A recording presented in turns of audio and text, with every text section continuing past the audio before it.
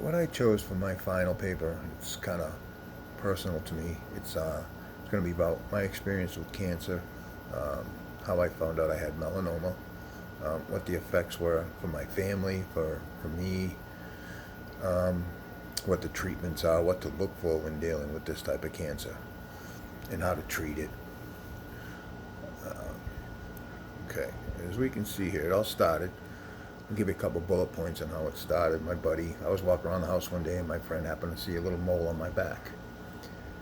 In the meantime, if you notice on my nose right over here, there's a red mark all right in here.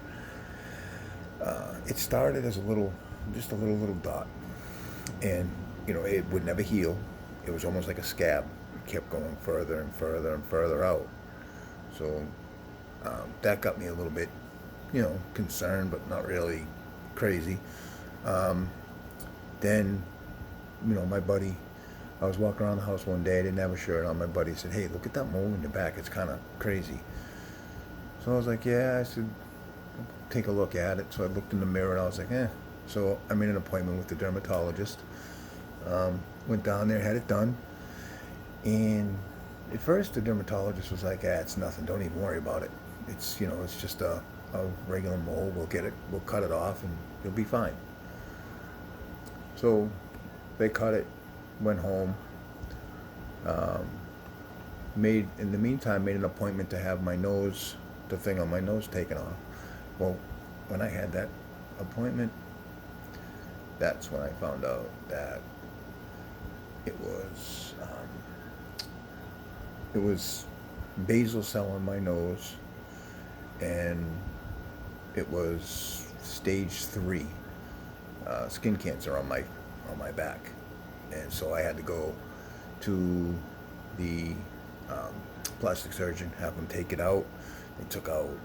They first started with a small little margin, then they kept going and kept going and kept going, and eventually it was about 6 surgeries later that they finally finished, and I ended up going to Beth Israel Hospital to have the final surgery done because they had to take so much skin from my back that they literally couldn't figure out how to close it. So I had to go there and have that done.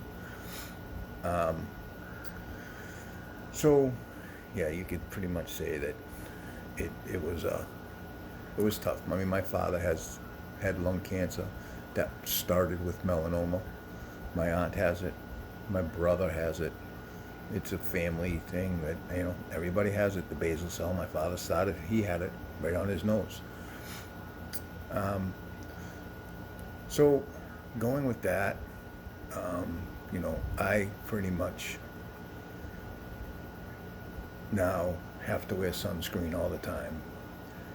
Uh, Cover up in the sun. One of the ways that I was told that I could, you know, um, not get it anymore or try and prevent it is always wear a hat. Because of course, as you can see, I'm bald. Always wear a hat.